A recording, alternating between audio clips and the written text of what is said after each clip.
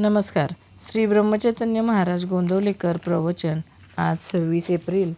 संतांनीच भगवंताला सगुणात आणले. सर्वात अर्पण भक्ती श्रेष्ठ आहे. पूजा करताना मी तुझा दास आहे असे म्हणावे म्हणजे प्रेम येते. यात लाज वाटायचे काहीच कारण नाही.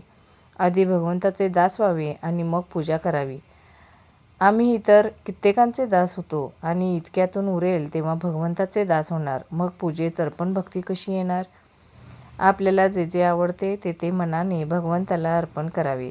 इथे सर्व काही मनानेच करायचे असते. नुसते शरीराने काबाड कष्ट केले म्हणजे प्रेम येतेच असे नाही. चित्त विषयाकडे ठेवून भगवंतांची सेवा करणे म्हणजे अंगचोरपणा आला. असा अंगचोरपणा करू नये. भगवंताकडे मन लागायला सगुण उपासना उत्तम होय. सर्व लोक या ना त्या रूपाने सगुणाचीच उपासना करणारे असतात. ठरलेली वेळ आणि ठरलेले साधन असावे म्हणजे त्यामध्ये प्रेम येते. आपण ज्याची उपासना करतो तो तरी सगुणामध्येच असतो ना, म्हणून त्याला सुद्धा मग ती सवय लागते.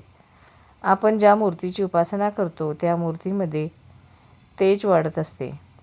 ज्या मूर्तीची उपासना एखाद्या साधूने केलेली असेल त्या मूर्तीमध्ये फार तेज असते आणि ते पुष्कळ काळ टिकते. शिवाय ते इतरांनाही उपयोगी पडते. जगाचे खरे स्वरूप कळण्यासाठी सगुण उपासनाच कारणीभूत आहे. सर्व भोग भोगून काळजी नसणे हे उपासनेचे खरे मर्म आहे. उपासनेचे तेज कसे झळकले पाहिजे? हे तेज फार विलक्षण असते.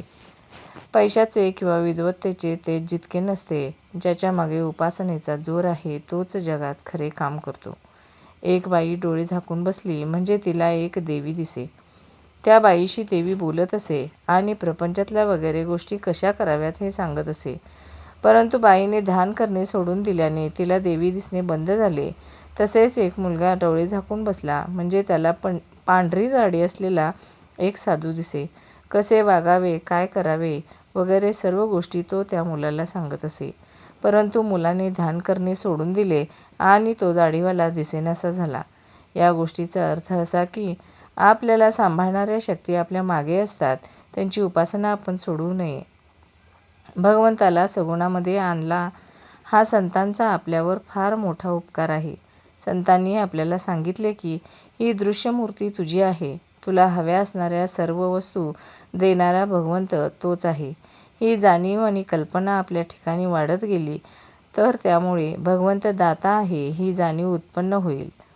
भगवंत दाता आहे, तो माझ्या मागे आहे, तो माझ्या सुखाचा आधार आहे, तो माझे कल्याण करणारा आहे ही जाणीव झाली की जे मिळाले ते भगवंताच्या इच्छेनेच मिळाले ही भावना होऊन आहे त्या परिस्थितीमध्ये समाधान टिकेल.